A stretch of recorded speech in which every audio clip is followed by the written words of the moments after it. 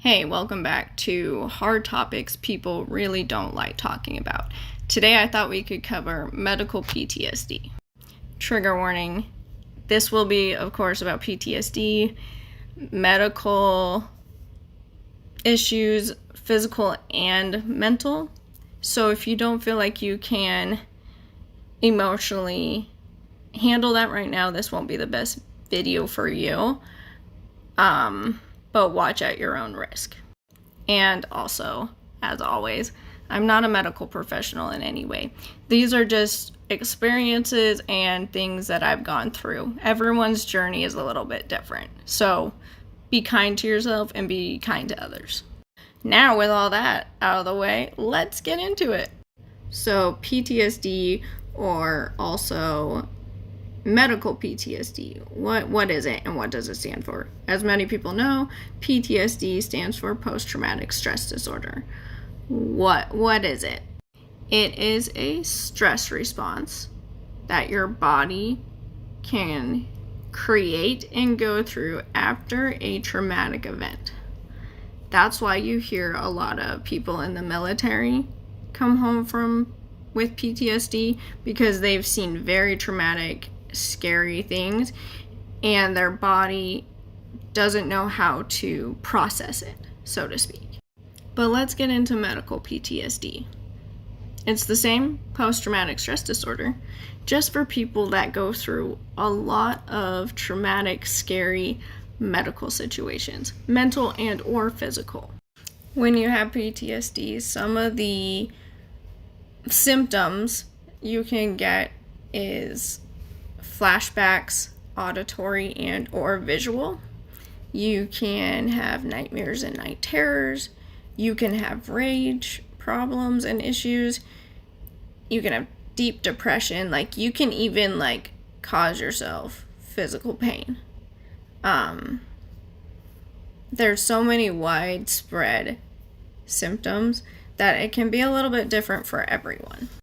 PTSD can also be very, very hard to treat, and a lot of the times it is going to be something you live with the rest of your life.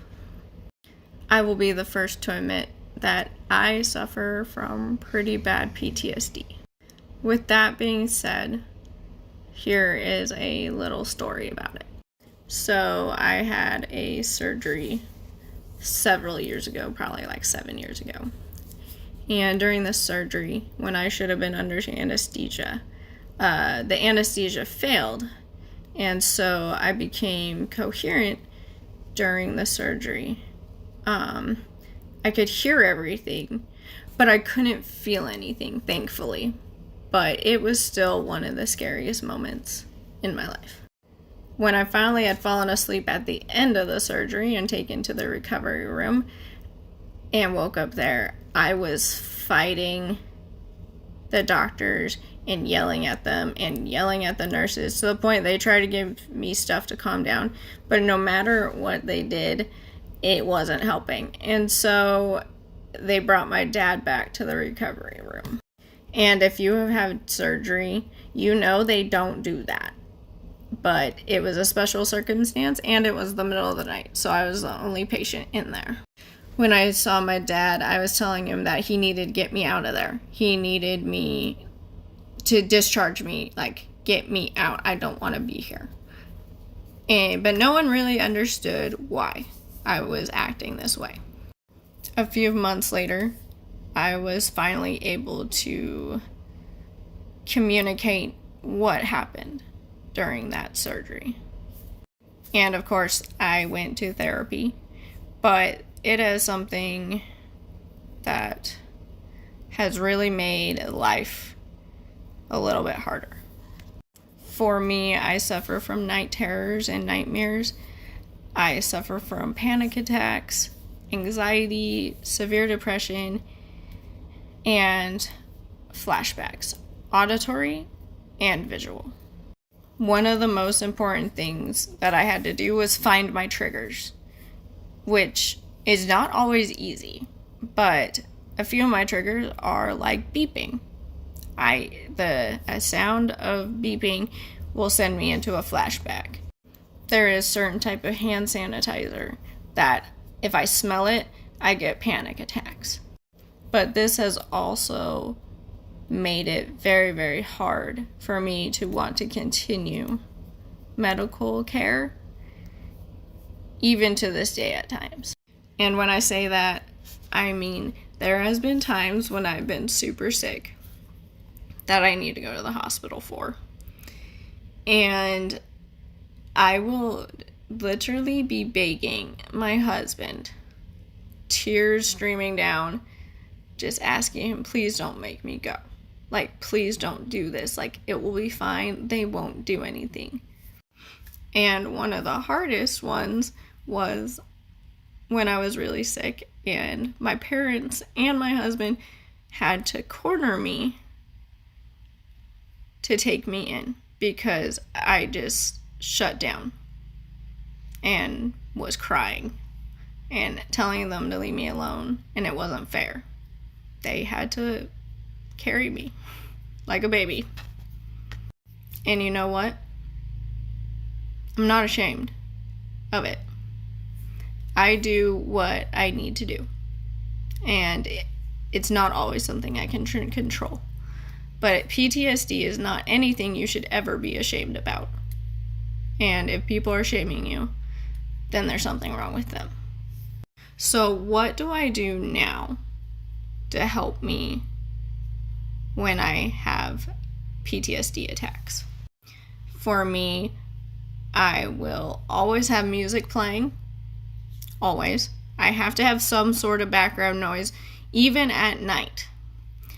I make these little sensory, they're not kits, but it has like the senses. So something you can taste, something you can smell, something you can touch, hear, all those. And it's just in a little baggie so that if I'm out in public, that I have stuff to help me with my own panic attacks. And fidget toys are my best friend. And then there's my amazing support system. If it wasn't for my family, I'm pretty sure I'd be dead because I would have given up a long time ago because of PTSD. And of course, lastly, my dogs are my lifesavers. They have saved me from very dark times. They have seen me at my worst. And having them there helps me a lot. And it gets me out of bed and to be able to live some sort of life. With all that being said, it's still not easy to this day. And I still suffer from attacks at times. And if you are going through medical PTSD, please know you're not alone. And it can get better. Please reach out if you're struggling. If you don't have anyone that you trust, you may message me. My messages are always open, and whatever we talk about is in confidence, and it doesn't make me look at you any differently. Asking for help is braver than keeping it to yourself. I just want you all to know how much I love you and how I'm so proud of you all, that you guys get up every single day and continue to fight for your life. Whether you have PTSD or not. Anyone who's struggling and any one of my warriors, no matter what you're going through, if you got up today, I'm proud of you. I love you all so much. If you have any other comments or questions, please drop them in the comment section. And again, my messages are always open. Love y'all. Stay safe. Till next time.